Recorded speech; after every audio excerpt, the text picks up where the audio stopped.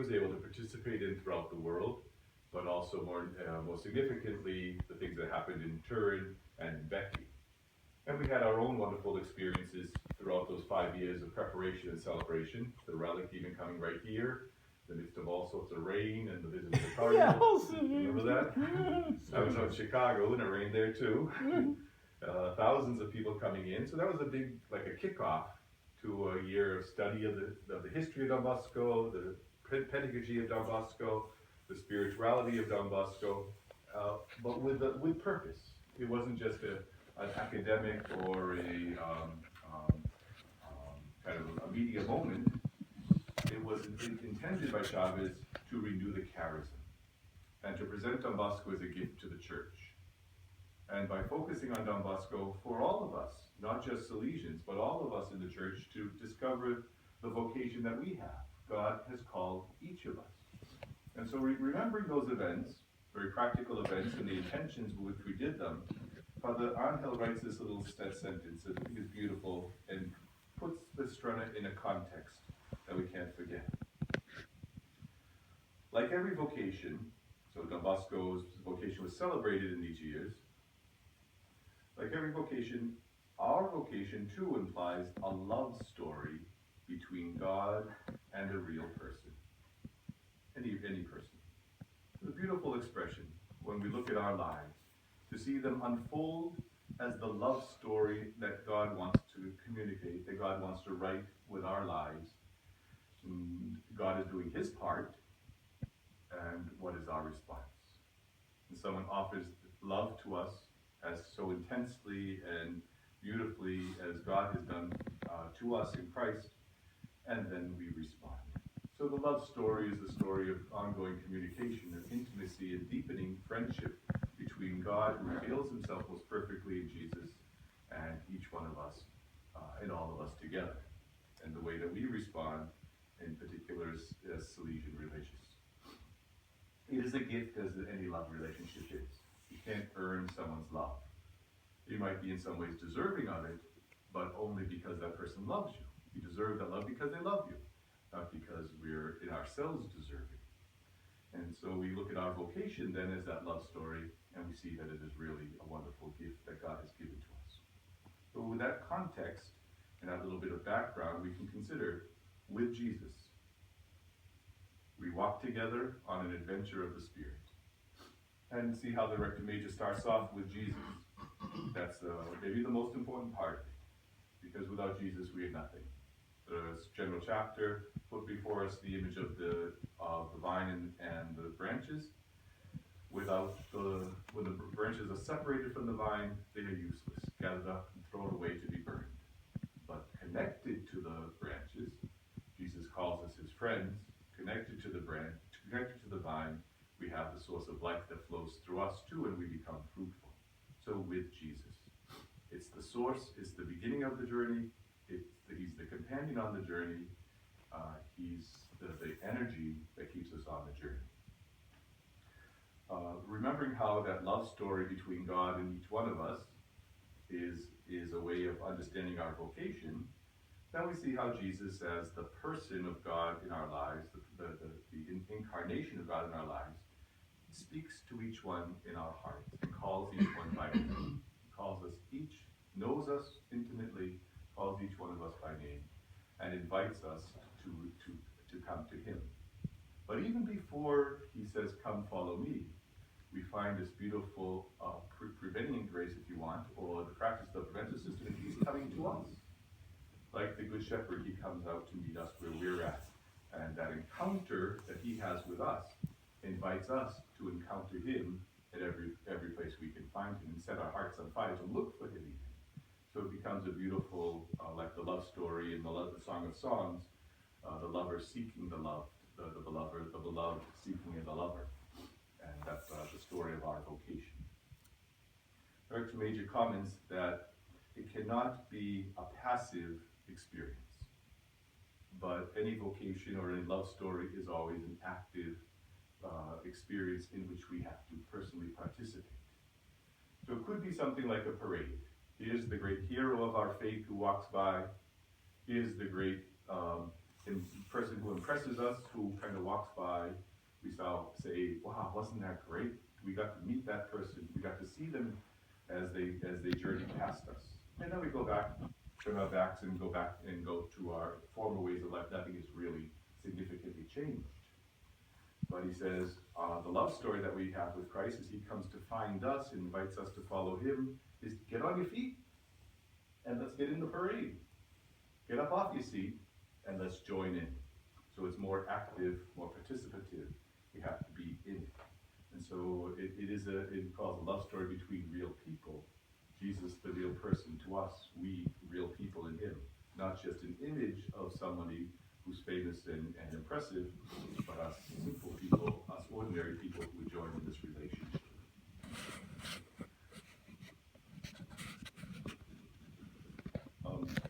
The way to summarize the relationship that we have is as a friendship. Even the last week of Easter, you hear Jesus say to his disciples when they were at the Last Supper, "You are my friends." And speaking to the Father, "They are your gift to me. I no longer call you slaves, I call you friends." So how did Jesus characterize the relationship he had with his disciples? That's the way he would describe the relationship he wants to develop with each of us, as a friendship.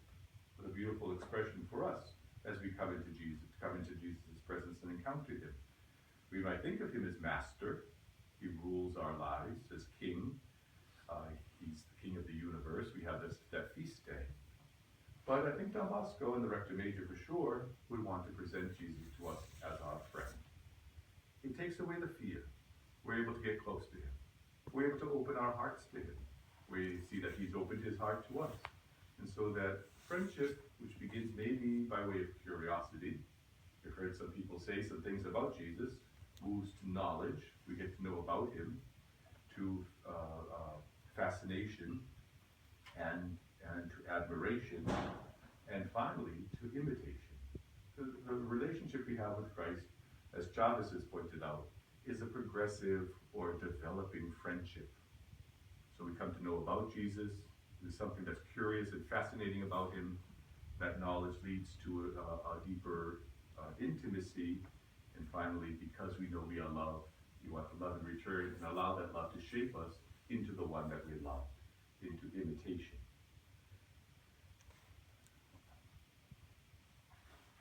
The Rector Major says, this starting point of our journey is of the highest commitment.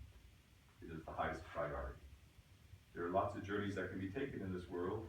There are lots of spirits that can motivate those journeys. But if we don't start with Christ, it will not end up well. If we don't start the journey and keep Christ forefront, it will not progress according to God's plan. And so we don't tire of coming back to the centrality of God in our lives, the priority of God in our lives. That was the ritual's opening conference. And we return to find Jesus always at our side as we renew this, as we keep moving forward.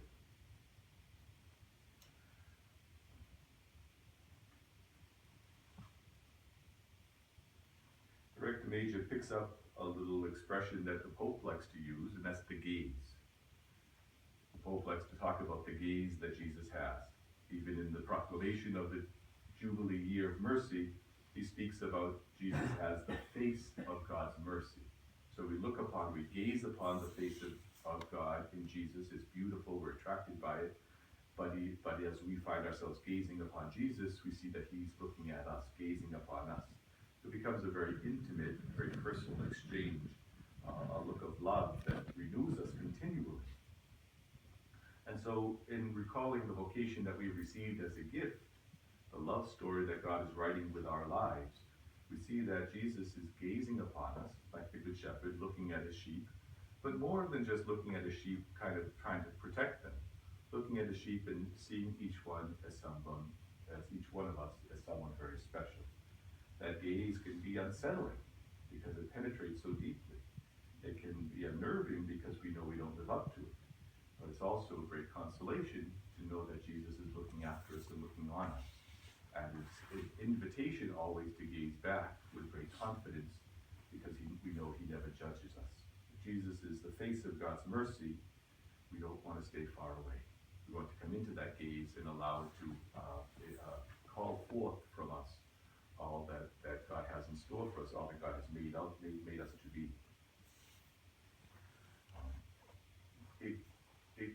We arrive at a point where there is a decisive moment.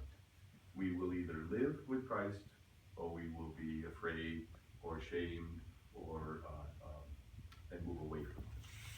So the Rector Major putting out this walking with Jesus at the beginning. It is encouraging us not just to be passive, but to be active in the relationship that we have with Jesus, the friendship that is cultivated through this intimacy of prayer and sacraments and other ways that we encounter Christ, and make a firm and ever firmer commitment to stay with Christ.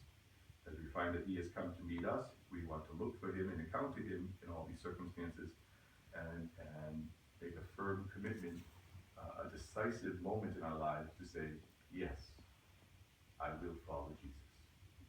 Many times we did that as a young person, and we didn't know what we were getting into, right? And so the Rector Major moves in from that point into the next part, journey, and into adventure. And says, yeah, the adventure and the journey leads to a place where we don't see around the corner, where we have begun the journey, but God doesn't always reveal the end of it. It calls for us to take the first step in faith, to have enough trust in Jesus, who knows the path that we have to travel, to say, yes, I will. We have the example of Mary. She didn't know what she was getting into when she said yes to the angel. A young woman, the angel came and said, would you do this? She asked one question, how can it happen? And then she said yes. So clearly she could not have foreseen all that was going to be entailed. All the diapers and all the late night feedings and all the sufferings at the foot of the cross and all the disappointment in his best friends. She could not have foreseen that, and yet she said yes and walked in a trusting way at Jesus' side. So as we take this next step then with Jesus, we journey together. We don't know the end of the journey in all its details, but we do know with whom we journey, and that's enough for this moment. So we say yes. It's a yes that is decisive, because we're not going to say yes and then run backwards. We say yes, we take the next step, and then the next step, and then the next step, and we keep walking with Jesus together with our community. God doesn't reveal every moment, every detail, but he does promise to be with us always, and that's enough for us as we journey together. The Rector Major speaks sometimes of this came out in the general chapter, a meta story, or the big story that God has for the world, the story of salvation.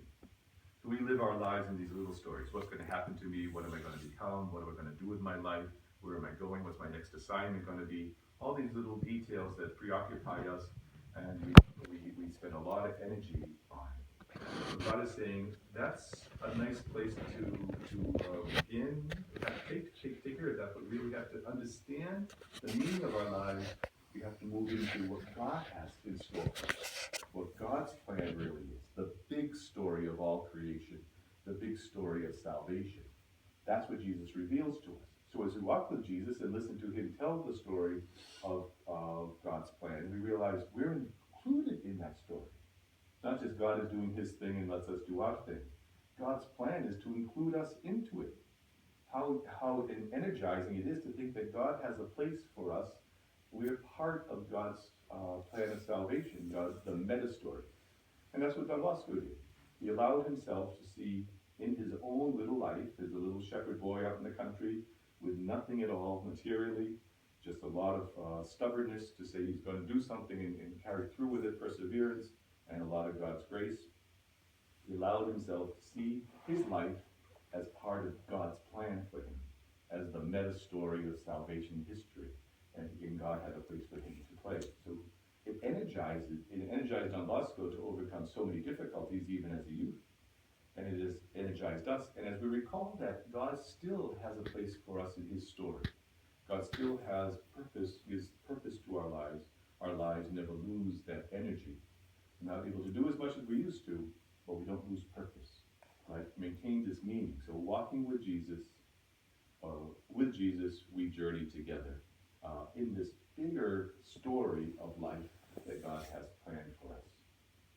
And as the Rector Major reminds us that we, in the encounter with Jesus, we reach a point where we have to make a decisive commitment that changes our life in our life story. So here, in understanding that we're walking together, we also make a decision or a commitment to allow God's plan to guide us. So no longer just the little day-to-day, insignificant and unrelated events of our lives that we have to take care of, but each of those moments becomes a collaboration with God in developing His plan. Walking with Jesus together, and we move into the adventure. An adventure of the Spirit. We find in each person, as God has made us, that yearning for the presence of God. In each person, the desire for fulfillment that we know not only philosophically, but experientially, only God can fulfill. There is in the heart a place for God that only God can fill. A desire for God that nothing else will satisfy. And there are lots of spirits at work in the world, lots of attractions that will distract us from our fulfillment of God. Lots of journeys, the Rector Major uses that imagery, lots of journeys that we can set out on that offer promises. But we know from the very beginning as believers that only Christ, as our companion, will lead us to fulfillment in the love of the Father.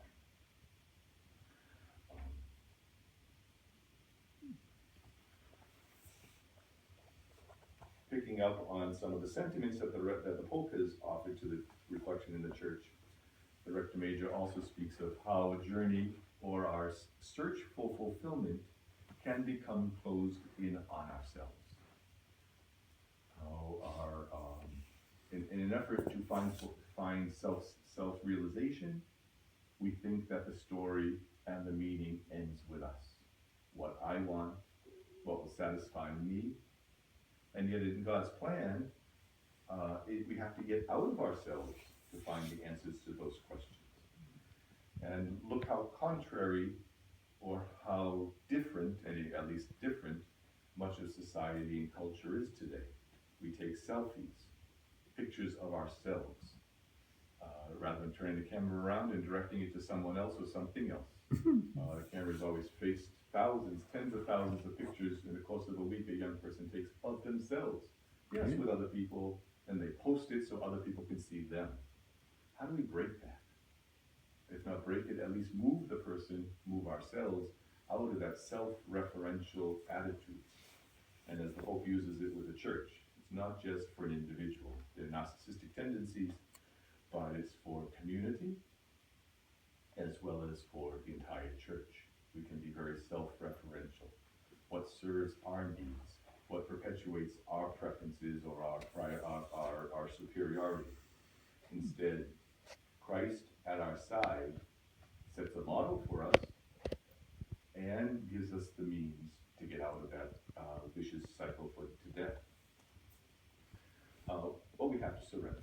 We are not the center of our lives. That's a hard reality for us to accept. As men in this society today, with lots of resources and education, we can easily think that we determine our own lives. And even if we don't, we have much of our lives to be self-determining. Instead, Christ shows us the path to surrender. And even more than surrender, it's the self-offering. Because it's not forced upon us, it's very much voluntary. So going back to that original presentation, contextualization that the Rector Major has presented, if we don't see our lives as a love story between God and this real person, then when we don't get our way, it'll always be either God is against me, God is asking too much of me, God is not on my side, God is requiring something of me that I don't want to give. But if we do see our lives as a love story, where God has come to us and shown us His love and invited us to love, and we've said yes, then when God asks something of us, it's yes, Lord, in love. Yes, there's the willing surrender, or better, the self-offering, because who wouldn't want to give themselves to the one they love, especially when that person who loves us has given everything to us first. Director Major points out that amongst the young, amongst society, there are seekers, people looking, but they don't have a guide many times. There isn't somebody to walk with them to help find what they're looking for. And we, as Salesians, as sons of Don Bosco, can provide that accompaniment. And it becomes even that much more meaningful or powerful in the lives of those we accompany if we ourselves have walked that journey first. So we can be good spiritual directors and tell others what they're supposed to do with their lives. But we could also be better witnesses and share the story of our lives and let the person discover how God is walking through them. So the world is seeking the truth, looking for fulfillment. What they're missing are guides, as Jesus has walked at our side to guide us, so we can also accompany others, especially the young, in helping them discover the path that God has for them, the plan that God has for their lives, which gives meaning. Notice how this is all very relational. From the very beginning, the Rector Major says the love story between God and a real person. It's not a theoretical or merely philosophical reality. It is a relational experience. It's hard for us sometimes, again, as mature men, to feel comfortable expressing our feelings, our emotions. That's kind of sissy stuff. But it's not. It's more of who we are. And it strengthens the relational skills, the relational experiences that we have, even in community and even with us. It has to be done appropriately, of course. There are healthy styles of expressing our affection. But the emotional part makes us more complete. If it's only intellectual, it's hard to live that way. It's very dry. It's not complete. When we include our emotions and our spirit, then our lives become that much more complete. Less perfect, less ordered, more messy, but more real.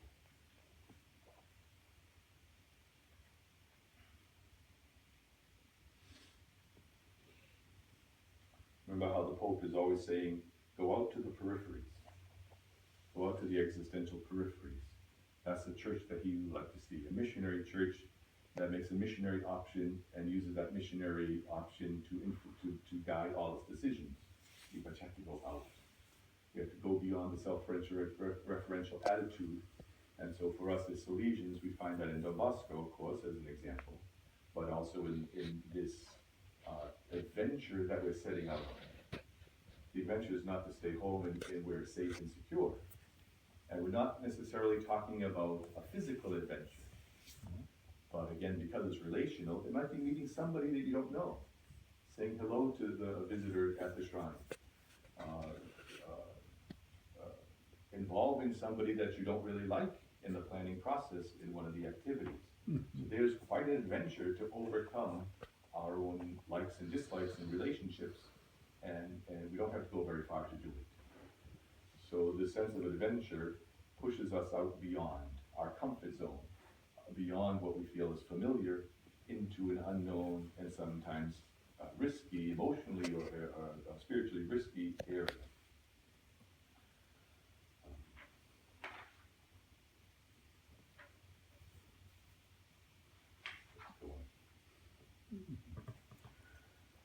The Rector Major presents some examples because it's a lot easier to journey this way, to set out on the journey, on the adventure with Jesus, if we have somebody who shows us how it was done. They can determine for our lives, because it's very personal, the plan that God has for us, the role that we play in that meta story of God working out his plan of salvation. But if we want to see that it can be done, that we're not the only ones who have ever done this, we can look to Mary, of course. And once again, we see that God didn't reveal all the aspects of the story that she said yes to. And so we can go to her and say, how did you do it? We need your help. You did it, now help me to do it. She didn't know exactly what she was getting into, but with great trust, she said yes. We didn't know what we were getting into when we made our profession or ordination. You said, yes, we don't want to go back on that. We want to renew that, yes, even if we're not perfect, and Mary helps us. We look at Peter and Paul, the great apostles of the church, princes of the church. You go to St. Peter's and there are those huge statues on either side as you enter. And throughout Rome, you see their statues. But remember that Peter was a weakling, a coward, a failure. Paul was self-righteous, aggressive, violent. And yet those are the people that Jesus chose and worked through to realize his plan. Imagine that encounter that Peter had with Jesus after the resurrection, when Jesus would gaze upon him and ask that intimate question, do you love me? And remembering how he had left his side, how he denied him, how he had not been with him in his greatest moments of need. And Peter was able to say, yes, I do love you. You know everything. And Jesus did. And so this Peter, who everybody saw as a failure, was the one that Jesus had chosen. What a life-changing experience that was. And it wasn't just for once. And when Paul's encounter with Jesus on the road, life-changing experience also, set him on a different path. And again, it's not a geographic direction in which we're walking as much as a deeper spiritual experience that we're talking about. Paul thought he was doing God's will. He thought he knew the plan that God had wanted to realize through the people of Israel, as revealed in the law. What he came to find out was there was a plan, but it was much bigger. And it couldn't be limited to law. It was a person. And so Paul's life was changed because of his encounter. And he had to go back and face his brothers and sisters in the temple. And he had to go forward and meet the people in the new world of the Gentiles. And yet, with God's help, he was able to do that. Both of them unlikely candidates, and yet chosen by God to be part of this adventure. So if they, like Mary, were chosen and available, the Rector Major is saying, we can look at our lives. Not perfect, lots of limitations. Unlikely candidates maybe, but still chosen. And still we want to be available for God's plan for us. We surrender, or better, we offer ourselves willingly because of the love he has for us in giving us this vocation. Of course, Don Bosco is an example for us. And here again, the Rector Major picks up some of the expressions that the Pope likes to use. He was surprised. Don Bosco was surprised by God's plan. Little boy, 9 years old, with a dream that he didn't really understand. It wasn't until he was 72 that looking back, he could see what God had planned for him, really understood it more fully. He was surprised that God would use such an unlikely instrument to do so much good. So our very founder, our father and teacher, can be an example and encouragement for us to allow the Spirit to shape us and to guide us on this adventure.